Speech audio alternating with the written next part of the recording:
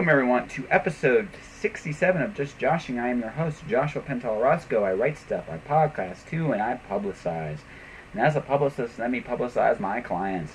Chris Marr's newest book, Entangled Souls, co-written with Gene O'Neill, is out now.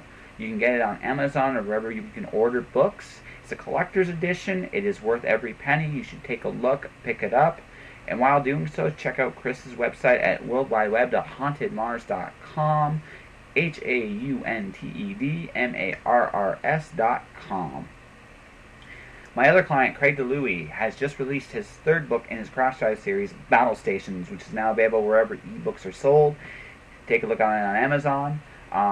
His first two books, Crash Dive and Silent Running, are now also available in paperback. So if you want to be waiting for them to actually get your hands on a physical copy, you can do so.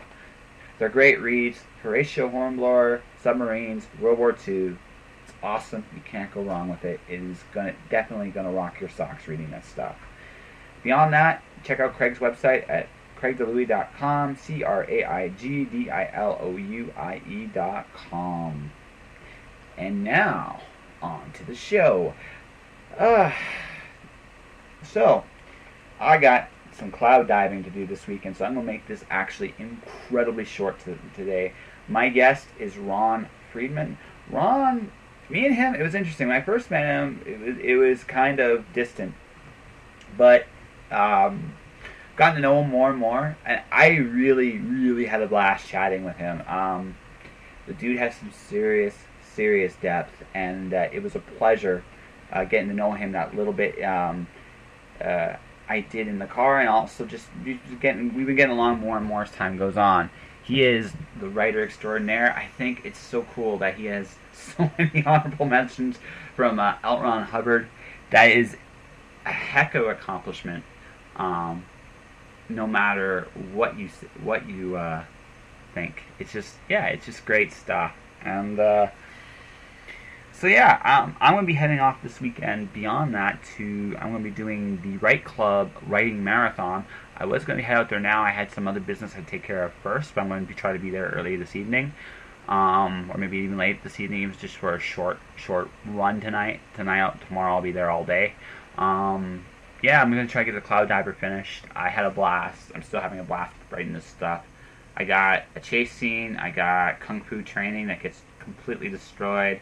I got some Indiana Jones style action, more zombie monsters.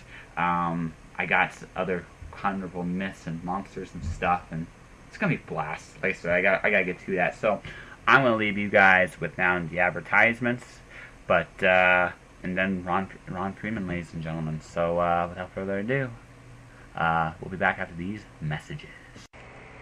Tired of buying t-shirts, coffee cups, and other memorabilia that all podcasts seem to have?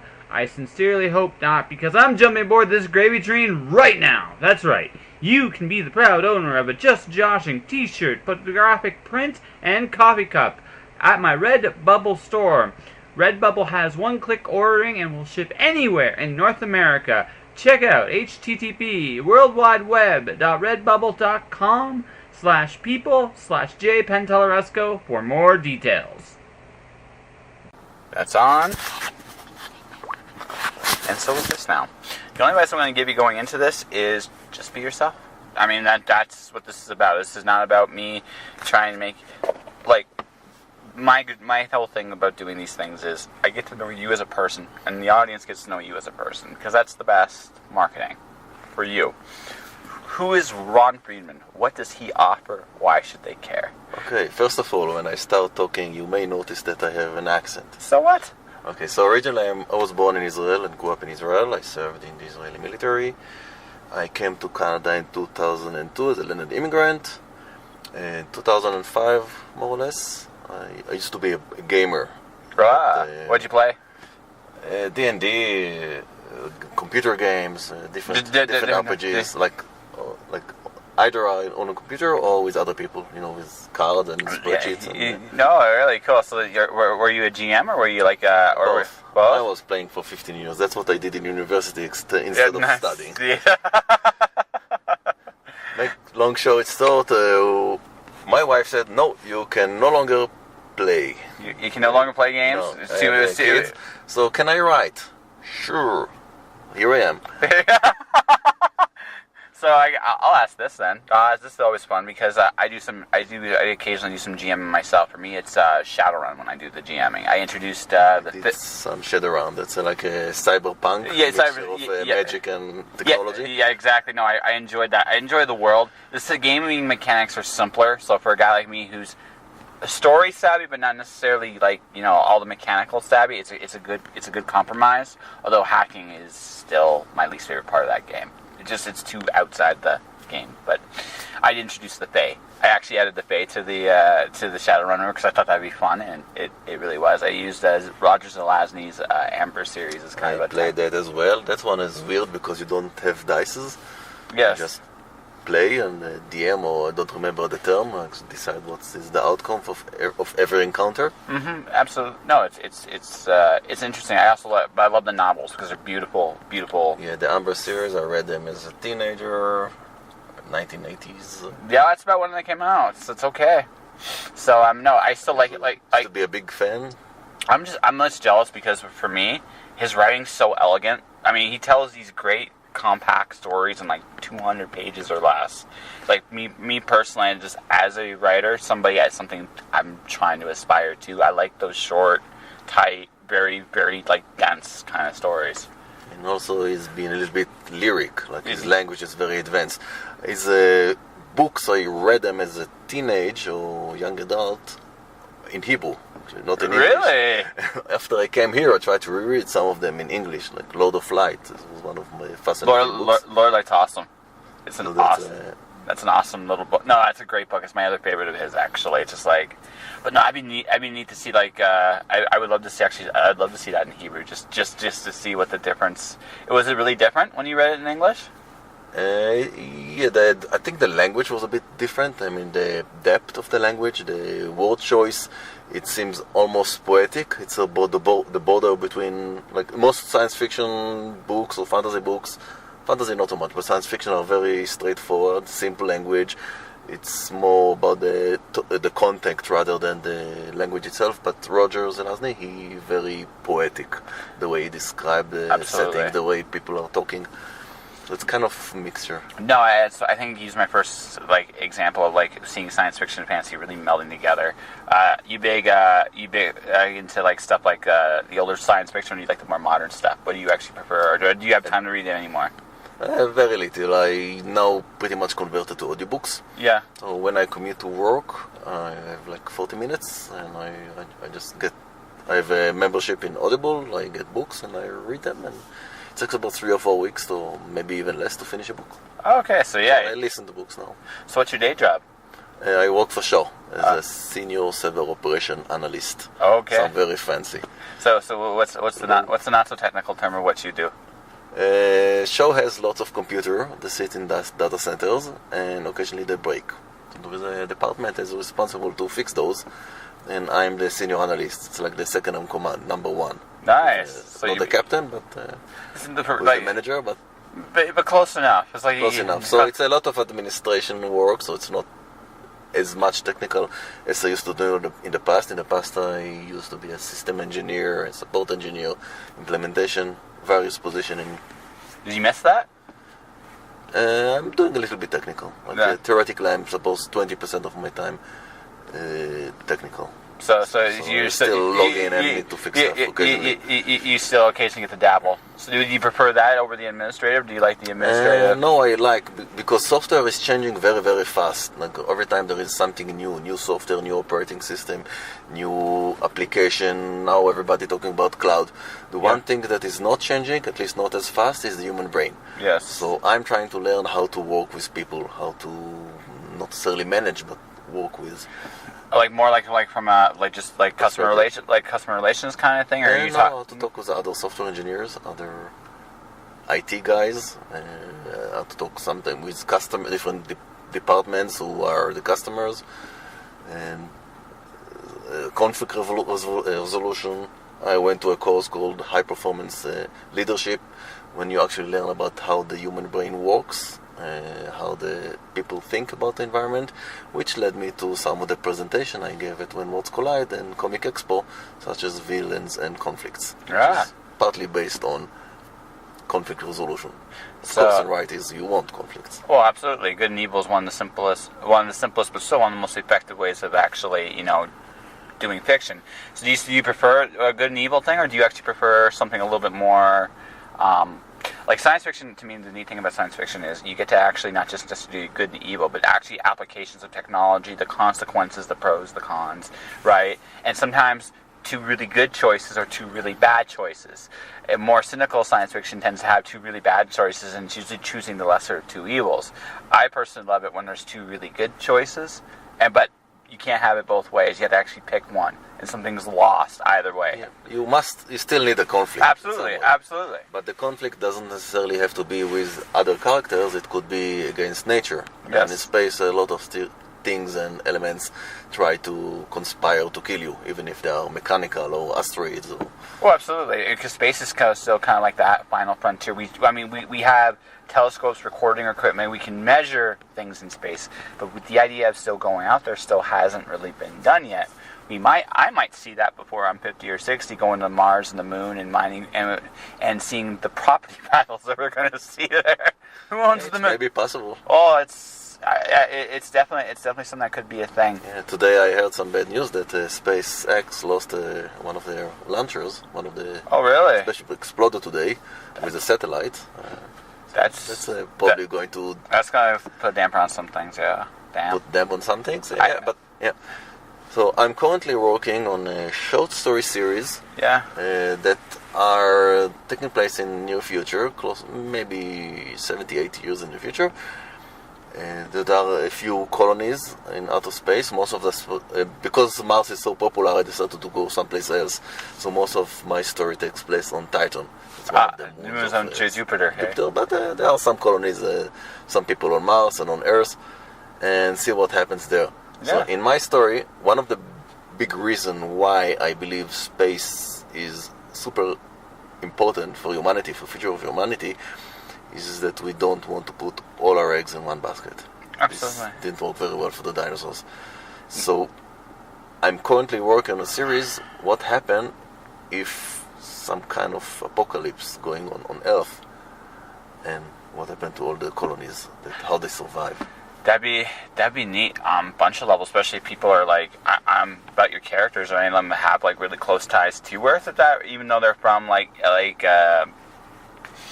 it'd be like the equivalent of like talking about like having a family that's got caught in a war back home and you can't go home because you're stuck wherever you're at. Is that a big theme in your stuff? So the story are not necessarily entirely connected, but they're all in the same universe and they are chronologically ordered.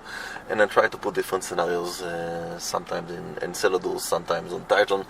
So I believe like 3 of the stories had been published in different venues. 6 of them got honorable mention in Writers of the Future. And my plan is by the end of the year or early next year to release an anthology of all the stories that almost got published and some of those who were published. Yes. And I'm gonna call it the honorable mention. The honorable mentions. That's awesome. Oh, the finalist. I also an award finalist. Yeah. Although I just personally saying, I mean, it's cool that you got all these honorable mentions, and it should be mentioned. You know what you should do? You shouldn't call it that. You should have an intro essay, and you should call it the honorable mentions, like so close yet so far, and that's how you should open, like just a fun take on just how you came so close to getting this and this and this and this and this. Yeah, a few of them were published. Yeah, no, absolutely. And you talk about your success stories as well. But I just think that you have like a really cool world. Instead of calling it like the honorable mentions, like, well, this is the universe of, what is your universe called? Do you have a name for the universe? I have a few names that I run with. One of them is Amber Sky. Another one, what I'm thinking of now, let's call it escape velocity. Okay. Escape velocity honorable mention. So you want to escape, but the escape velocity, it's very, very science fictionist. No, absolutely. No, it sounds really. But since it has not yet been released, No, it's okay. I'm just Still like, fluid. No, it's still very fluid. I do like Escape Velocity. I think you should just go with that. Like Escape Velocity, the collective.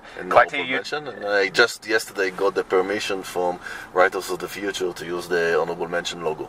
Nice. So it'll be like like a fighter pilot. The number of airplane he shot down, and we're going to be a number of honorable mentions. So are you gonna release them like in singles, or are you gonna release them in like audio, or are you gonna release it? No, I'm thinking it's as a short story collection. Yeah, just short story collection, and I'm not going to release all my honorable mention. I'm going to release only those who are in the same settings, the same universe.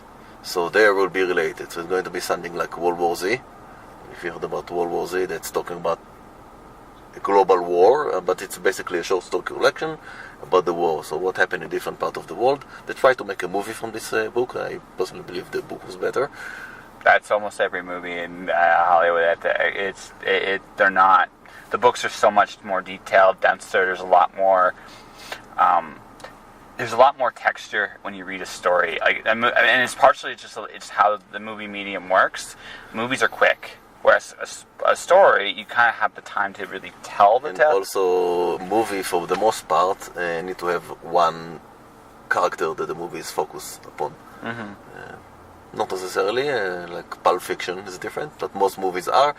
So in the World War Z, they try to make it story of one person, so going from place to place. But in the original story, in the original book, when Max Brooks wrote it, these are just standalone short stories that takes place in the same universe, in different places, and they describe the war against the zombies. Yes. Like before it started, the war itself, and how it ended. Yes. Which worked. So this is kind of what I'm trying to do now with my short stories, but in the meantime I also try to send them to Writers of the Future and different publishers and try to get your name out there as much as you can before you get the ball rolling. I gotcha. And then early next year it's out. Along with my novel potentially. So how far along are you on the novel at this point? Okay, the novel is finished. That's kind of a bit weird story. It's not related to Escape Velocity or whatever name it's going to be. It's a military science fiction, time travel. What would happen if you take a modern nuclear submarine and send it back to 1938? So that's a Holocaust survival. We'll go back in time and try to change the outcome. You picked a really interesting time. Like I'm just saying, just one of the ideas I have for a novel I want to do down the road is in the 1930s, from the beginning of the 30s right up to World War II begins, because that is one of the most inventive times in our culture too. There was a lot of ideas being developed, a lot of brilliant people, and partially because of the arms race, partially because of depression, but it was just almost a renaissance in that area. So that'd be really interesting also, and they get all these answers given from those minds. Kind of terrifying, actually, with some of the things you could come up with there.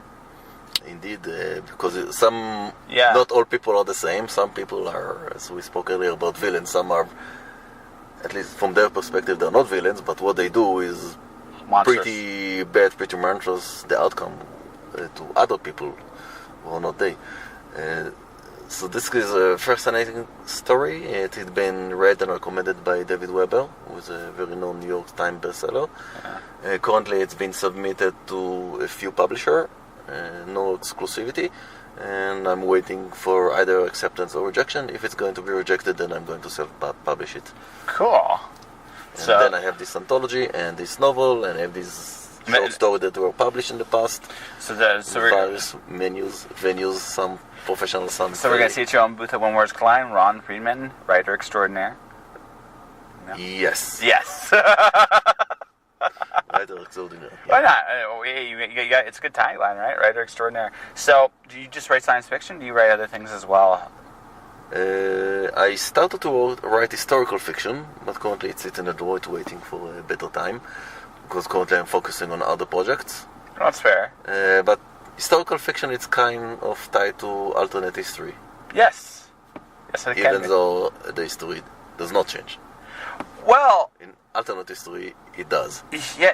Well, it's interesting because, like, everything I read, like when I was taught history way back in my high school days, which wasn't quite as long ago as yours, but still a while ago. The thing is, it's still a story trying to piece together the past, and it's always interesting with history is. There's a lot we still don't understand. We have some ideas like this happened, but like we're not sure about some things here and there. So it's always need to go, well, what if it was like this? What if it was like this? And that's why history is always... Yeah, and sometimes different historians disagree about a point, and then you can actually have some fluctuation, you can choose whichever point you think best suit the story. And in other cases, a lot of the small stuff, what happened to the small people, the less famous people, you can write whatever you want. Absolutely. As long as it doesn't break the original... It doesn't break the original unless you get... timeline that currently historians are familiar with. Yeah, exactly. It's just history is a lot of times a reference point. We have an idea this happened based on these recordings, and although that is a scary thought, considering how we record everything now today, how are people going to interpret our stuff in about 20, 30, 40 years? Because everything's recorded now. We got Twitter, we got YouTube, we got Facebook, we got all this stuff. And interviews, and this podcast like this, right? So it's like, I wonder how. I mean, just as a interesting thing, that would be a good story actually. Somebody goes and somebody like you going back and actually listening to all the thoughts and ideas. I think I just came up with a story while we just talked here. It's awesome. So when are you going to write it? As soon as I'm finished handing in book 3. No, the idea is just because it's such an interesting thing because now this is the first age I can recall where everything's recorded this much, which means that 20, 30, 40 years ago from now, there's going to be so much data on any of us, not just famous people, but all of us for Twitter, cameras, like everything we record with. It's just like, it's going to be an interesting, like, looking how each person lived their lives in this storing time. Data, talking from someone who came from the IT field, storing data is becoming cheaper and cheaper, and going to have a bigger storage, and you can store stuff on the cloud so you don't even know where it is.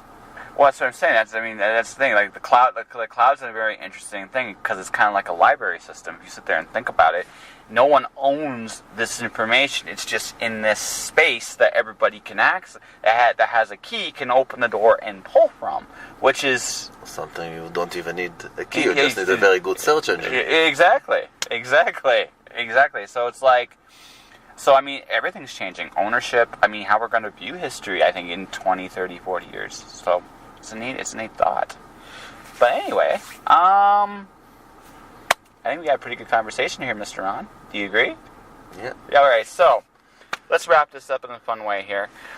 If people want to find you, how would they find you? Okay, I exist in the virtual world and also in the real world. In the virtual world, I have a website. Is Ron S. Friedman. Friedman is spelled Friedman. .wordpress.com. Okay. And I also have Facebook, Twitter. What's your Twitter hash? Is it at Ron Friedman? Ron S. Friedman. Ron S. Friedman. And the reason I use S is also a bit weird. Okay. My legal name in Israel before I came to Canada was Ranan Shlomi Friedman. And somehow, when I submit my application to the Canadian Embassy to get the landed immigrant status, they drop my middle name. Really? So it's, in Canada, I'm known legally as Ranan Friedman.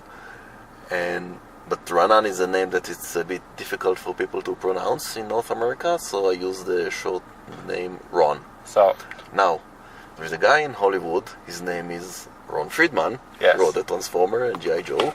And I want to differentiate myself from him, which is why I add the S middle name. Fair enough. And that's a really interesting way to end the interview.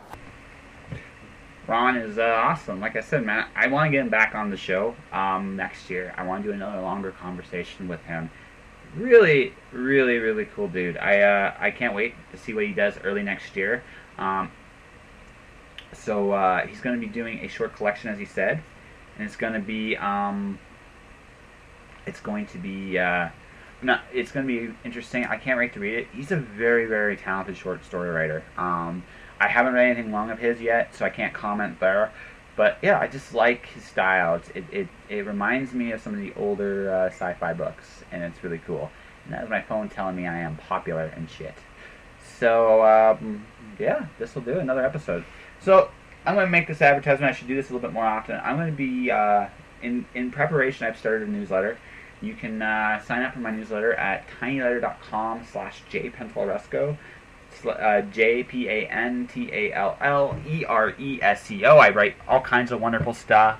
How I turned a writer to a supervillain, and how me and my grandmother spent customs together. I'm sure she listens to this podcast like, oh, why did you write about that? It's like, because I love you, Nana, and you're awesome. And my grandmother is incredibly awesome. I would love to actually get her on my podcast at some point because that would be fun. So Nana, we're gonna make that happen next time I'm down there. Yeah, like I said, that's another episode just joshing. Buy my shirts, buy my books, buy my clients' books, support them because it supports me too. And above all else, guys, whatever you're doing, stay inspired out there. Don't do anything I wouldn't do, whatever that is. Ciao. Josh.